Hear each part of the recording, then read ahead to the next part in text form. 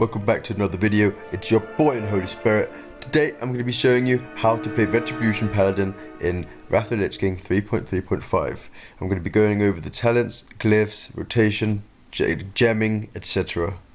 First, let's take a look at the racial you want to be picking. For Horde side it's easy, there's only one you can pick, which is Blood Elf. And for Alliance it gets a bit trickier, but it's fine. Human is the best for PvP. Draenei is the best for pure PvE, and then Dwarf is the best if you want to tank as well, or maybe you're main tanking and then you're going to be playing Ret on the side, because on Dwarf you get 10% armour racial proc, so it's obviously very good for physical boss fights. Next we're going to take a look at the talents and glyphs, and there's a few interesting things you can do whilst I'm showing you. I'm going to go through them, actually not whilst showing you because I'm on a laptop and my mouse died. But here's basically the spec, and then 5 points in this one. Now, this is the best one for hardcore raiding, because having more of this is better than whatever. And this one's better than that one, because that one literally makes no sense to take. And then somewhat, so you'll usually have two Ret Paladins in a 25-minute setup. So one of them would take this one, and the other one take the other one to min-max. There's a few other things you can do, like you don't have to take this one and this one, because another Ret Paladin might take it, and you can bring that into other points.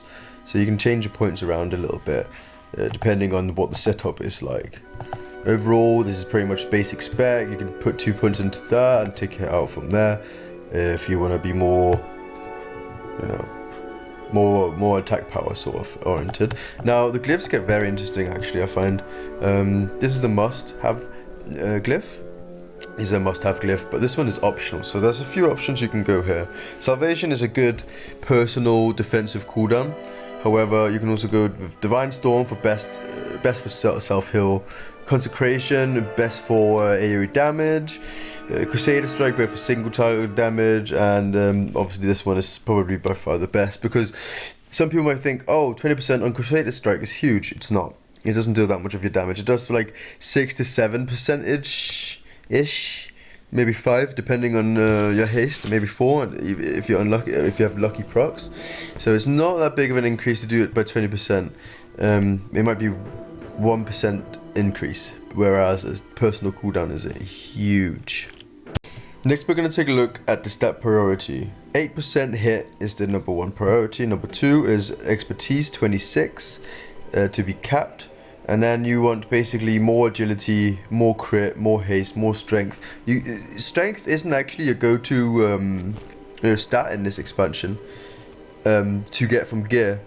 Although you do gem strength, but your go-to stat in this expansion for gear is actually agility.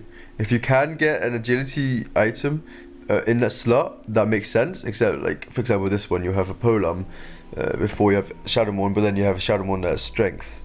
But this is second best because it's agility. So this one is the one above this one is Penumbra is the best one because of the stat weight. But basically you want to get more agility after you get hit, and expertise, and more crit and more haste. Next we're going to take a look at the opener, the spell rotation if you have 2 out of 4 tier 10, and if you don't have 2 out of 4 tier 10 and you have low crit. So let's take the 2 out of 4 tier 10 first. Your spell priority is Judgment of Wisdom / Light, Divine Storm, Crusader Strike, Exorcism, Hammer of Wrath, after the boss has 20% HP, and Consecration.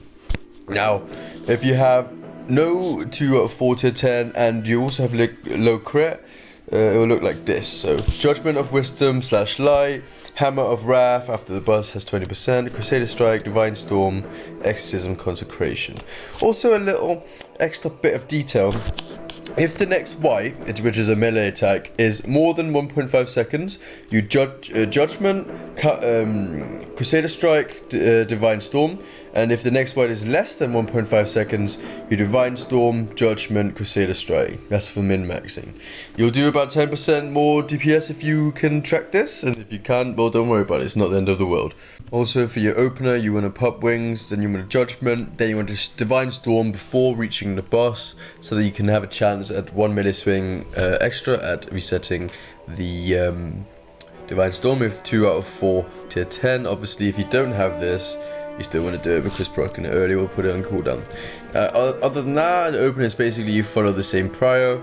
And also, one thing I must add to this video is this is BIS. The other one is not BIS in any scenario, basically, ever. You never want to use the 264. Anyone who tells you otherwise have never actually played the game. Makes no sense. Most of your damage come during your opener when everything procs. It makes absolutely 0 sense to stack this one up. The other one up, I mean. So, the only maths that people have to support the other Librem is maths that has been done on sims and not considered for real life scenarios. So basically every single boss will have a mechanic that makes you drop stacks. Whether you get the RNG to drop the stacks and that boss is up for discussion. So you maybe, if you RNG it might be worth it. The actual time it takes for the 264 Librem, the 3 something, to be actually better is about 3 minutes, and by then you lose out. So yeah, anyway, thank you for watching the video. Please drop a like, subscribe and comment. I'm gonna be doing more, so you might as well subscribe now rather than later, you know that's a pretty good idea right there. And I'm gonna add some more information about professions and stuff down below, and yeah, peace.